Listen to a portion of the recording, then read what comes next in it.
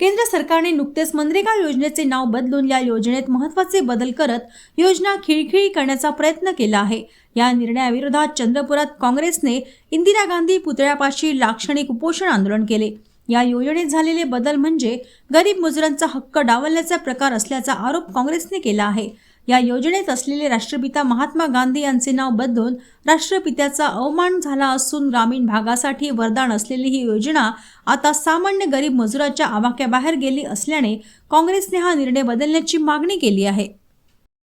आजचं हे आमचं सांकेतिक उपोषण अखिल भारतीय काँग्रेस कमिटीच्या निर्देशानुसार या देशामध्ये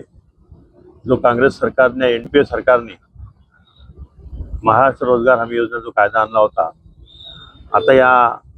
एनडीए सरकारने नरेंद्र मोदी सरकारने तो कायद्यामध्ये बदल केले असल्यामुळे त्याचा निषेध करण्यासाठी आम्ही आंदोलन करून आलेलो आहोत।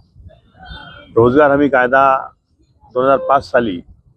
मनमोहन सिंग साहेब सरकार असताना काँग्रेस गव्हर्नमेंटने तो कायदा आणला होता। त्या कायद्यानुसार देशातील कुठल्याही राज्यातील ग्रामीण भागातील जनतेला त्यांनी ज्या वेळेस त्यांनी काम मागितलं अशा वेळेस तेथील बीडीओ किंवा तहसीलदार त्यांना काम देत होता आणि त्याचा संपूर्ण खर्च केंद्र सरकार करत होते। पण नवीन कायद्यानुसार त्यांनी तो कामामध्ये मागण्याचा अधिकार त्यांच्याकडून हिसकून घेतलेला आहे आणि निधी देण्याचा जो विषय आहे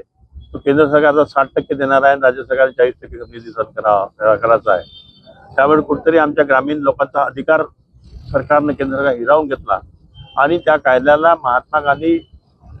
राष्ट्रीय रोजगार हमी योजना असं नाव होतं, ते नाव बदलून त्यांनी कुठेतरी वेगळ्या प्रकारचं जी रामजी असं नाव ठेवलेलं आहे आणि एका राष्ट्रीय नेत्याचं नाव बदलल्यामुळे